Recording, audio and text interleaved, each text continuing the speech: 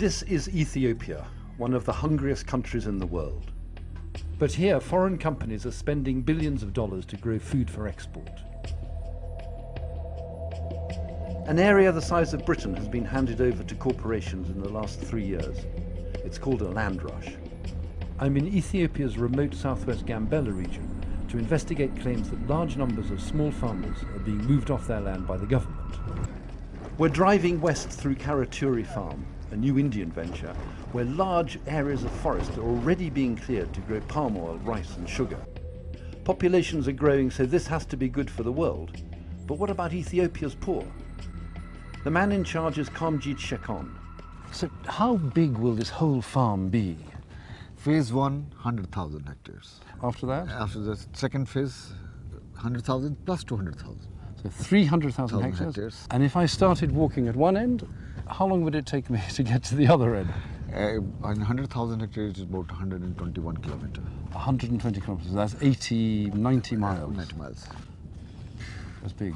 Yeah. It's as big as Wales. So will you plant, will you build a town just by here? Yes, do you see those trees? Yes. There will be the town, next camp coming up. So that will be Camp 2 and that will be 10,000 people? Maybe 10 to 15,000. Karaturi says it will build home schools and clinics for as many as 60,000 workers. But on one of their other Ethiopian farms, similar promises made by the government have yet to be fulfilled. In addition, we found they pay most workers under $1 a day. That's well below what the World Bank says is extreme poverty. I think that because you were the first people here, you've got the best land. I think you've got the river access. We never saw the land. Yeah? Oh, you never saw it? They gave it to us, we took it. Seriously? Seriously. Karaturi says their land was sparsely populated and denied displacing local villagers. This is Kami village, which we think is full of displaced people, but we'll see. Well, these people clearly haven't been here for very long. These are very rudimentary tents. Chief, thank you so much for talking to me. Thank you very much indeed. Most of the people here displaced from other areas.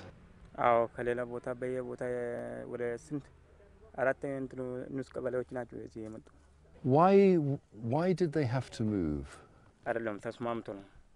በፈላጎት ነው ለምሳሌ መንግስት መጀመሪያ ቀስቀሳ ሲናደርገልን ዳኛው በፈላጎት ጥሩ ነገር እንዲሰሩልን አሁን በየቦታ ተበታተነው ነው ያለው The government moved these people and told them they would get a health clinic, a school, as well as fresh drinking water. So far, only the foundations have been dug.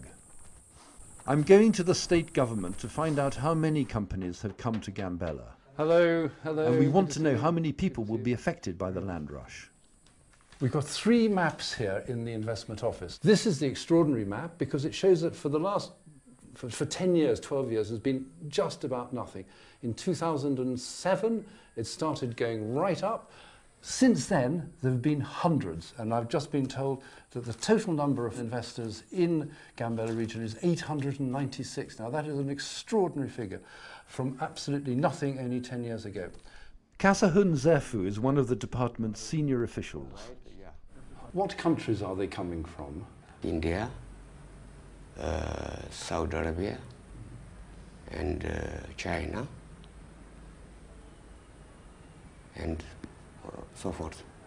Can you explain why you are relocating villages?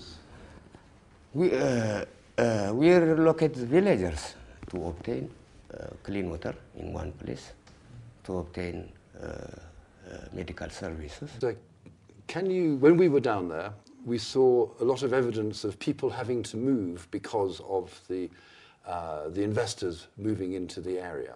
Can you confirm that, please? By the way, there is no movement of population. Minister, with respect, we found many villagers who were frightened, who were worried, who had been told that they would have to move. It's their choice. Either to choose to have these basic services coming to the village, therefore it's based on their willingness. But of course, you know, they have to abandon their previous way of life. You cannot provide any basic services having highly scattered community. So you have 3 million people, 2.9 million, 2.8 million, who this year will receive food aid from America, from Europe, from wherever, at the same time as you are trying to export large amounts of food and commodities to America and other countries. Is this not sort of rather complete madness? You said madness, but it is not madness, and it's a correct way. The government is saying that Ethiopia's poor will only become less reliant on aid if they give up their old way of life, and that large-scale industrial farming in places like Gambella is not just the future, but a development necessity. We've just come out from the minister, and clearly he's hoping for an enormous increase in productivity in farming in Ethiopia. The danger, clearly, is that the companies take advantage of this, that they will grow what they want to grow, and they will sell it to whom they want to sell it, and the real benefit for Ethiopia will never be seen at all.